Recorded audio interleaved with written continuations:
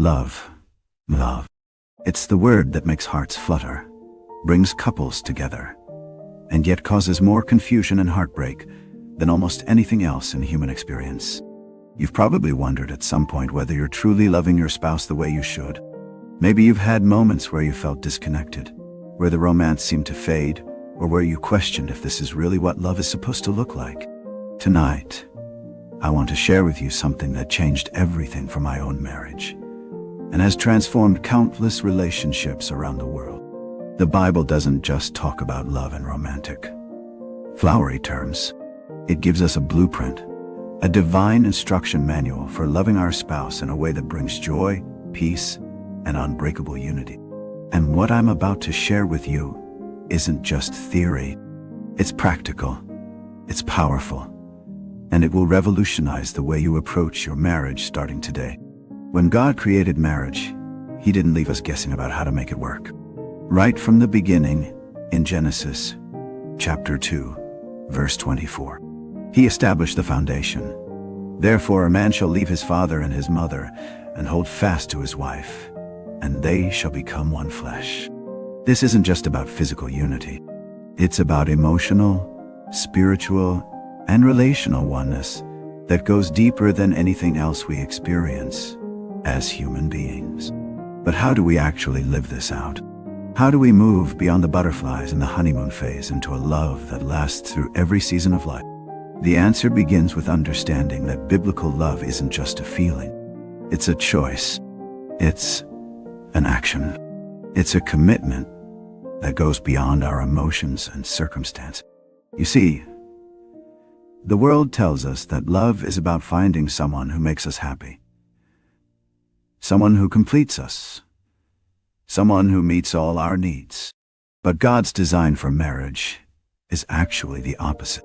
It's about becoming someone who loves unconditionally, who serves sacrificially, and who chooses commitment even when it's difficult. Let me take you to one of the most powerful passages about marriage in the entire Bible. Ephesians chapter 5, verses 25 through 28, where Paul writes, "Husbands, love your wives, as Christ loved the church, and gave himself up for her, that he might sanctify her, having cleansed her by the washing of water with the word, so that he might present the church to herself in splendor, without spot or wrinkle or any such thing, that she might be holy and without blemish. In the same way, husbands should love their wives as their own bodies. He who loves his wife loves himself." This passage reveals something extraordinary about how we're called to love our spouse. For husbands, the standard isn't just being nice or romantic. It's loving like Christ loved the church. And how did Christ love the church? He sacrificed everything for her good. He put her needs above his own comfort. He was patient with her flaws. He fought for her, protected her, and never gave up on her, even when she was unfaithful or difficult. But this principle applies to wives as well.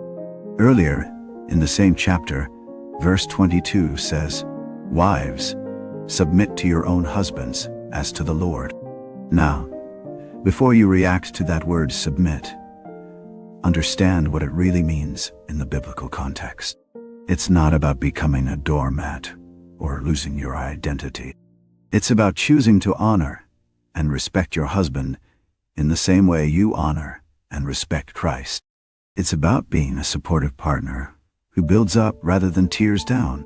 The beautiful truth is that when both spouses are following God's design, submission and sacrificial love create a dance of mutual honor and care.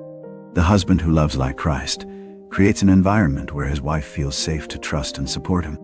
The wife who respects and supports her husband inspires him to love her even more deeply. It's a beautiful cycle that strengthens with time rather than weakening. But let's get practical about what this looks like in your daily life. Biblical love in marriage shows up in the small moments, not just the grand gestures. It's choosing to listen when your spouse has had a difficult day, even when you're tired. It's apologizing quickly when you're wrong and forgiving quickly when you've been hurt. It's putting down your phone to have real conversations. It's choosing to speak words that build up rather than words that tear down.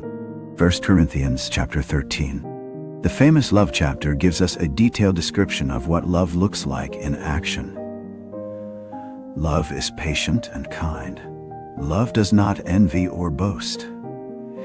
It is not arrogant or rude. It does not insist on its own way. It is not irritable or resentful. It does not rejoice at wrongdoing, but rejoices with the truth. Love bears all things, believes all things, hopes all things, endures all things. Read that passage again, but this time, replace the word love with your own name. How well do those characteristics describe the way you treat your spouse? Are you patient with their quirks and flaws? Are you kind in your tone and words? Do you insist on getting your own way? Or do you look for compromise and solutions that work for both of you? One of the most challenging aspects of biblical love is learning to love unconditionally. The world teaches us transactional love. I'll love you if you make me happy, if you meet my needs, if you don't disappoint me too much. But God's love for us is unconditional, and He calls us to love our spouse the same way. This doesn't mean accepting abuse or enabling destructive behavior. It means choosing to love and commit, even when your spouse isn't perfect, even when they're going through a difficult season, even when they don't deserve it. Colossians chapter 3 verses 12 through 14 gives us a beautiful picture of how to clothe ourselves for this kind of love. Put on then, as God's chosen ones, holy and beloved compassionate hearts, kindness, humility, meekness, and patience, bearing with one another, and if one has a complaint against another, forgiving each other. As the Lord has forgiven you, so you also must forgive. And above all, these put on love, which binds everything together in perfect harmony. Mr. Mentums, Malga, Notice that forgiveness is central to this passage. In marriage, you're going to hurt each other. It's inevitable when two imperfect people live in close proximity and vulnerability. The question isn't whether you'll need to forgive, but whether you'll choose to forgive quickly and completely. Jesus taught us to pray, "Forgive us our debts, as we also have forgiven our debtors." The standard for forgiveness in marriage is the same standard God uses with us: complete, immediate, and without keeping a record of wrongs. Prayer is another essential element of loving your spouse biblically. Pray for your spouse daily. Pray for their dreams, their struggles, their relationship with God. Pray together as a couple. There's something powerful that happens when you bring your marriage before God's throne regularly. It reminds you that your marriage isn't just about the two of you. It's a three-strand cord with God at the center. And as Ecclesiastes 4:12 tells us, a threefold cord is not quickly broken. 9. Thus, physical intimacy is also part of God's design for marriage. 1 Corinthians chapter 7 reminds us that our bodies belong to our spouse, and that we shouldn't deprive each other, except for seasons of focused prayer. This isn't just about physical pleasure, though that's certainly part of God's good design. It's about the emotional and spiritual connection that comes through physical intimacy in the covenant of marriage. As we come to the heart of this message, I want you to understand something profound. The reason God gives us such detailed instructions about loving our spouse isn't to make marriage harder or to burden us with impossible standards. It's because He knows that following His design leads to the deepest joy, the strongest security, and the most fulfilling relationship possible between two people. When you love your spouse the way God calls you to love them, you're not just building a good marriage. You're creating a picture of Christ's love for the church. You're showing your children, your friends, and your community what God's love looks like. Your marriage becomes a testimony to the goodness and faithfulness of God. But here's what I want you to understand most clearly. You cannot love your spouse biblically in your own strength. This kind of love, this sacrificial commitment, this patient forgiveness, it all flows from your relationship with God. The more you understand how much Christ has loved you and forgiven you, the more you'll be able to extend that same love and forgiveness to your spouse. If you're watching this and realizing that you haven't been loving your spouse the way God calls you to, don't be discouraged. God's mercies are new every morning, and it's never too late to start fresh. Ask God to forgive you for the ways you've fallen short. Ask your spouse to forgive you. And then start today, right now, choosing to love them God's way. Maybe you need to have a difficult conversation you've been avoiding. Maybe you need to apologize for harsh words or selfish behavior.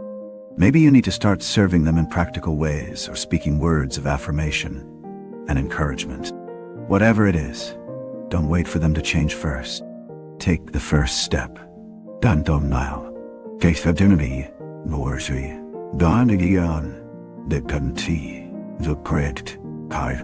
The Bible's teaching on loving your spouse isn't just ancient wisdom. It's a living, powerful guide that can transform your marriage starting today. When you choose to love sacrificially, forgive quickly, serve joyfully, and commit unconditionally, you're not just following rules. You're participating in the very love of God. Your marriage becomes a reflection of the gospel, a testament to the power of Christ's love to transform relationships and heal hearts. So tonight, make a commitment. Choose to love your spouse the way God has called you to love them. Choose to see your marriage not just as a human relationship,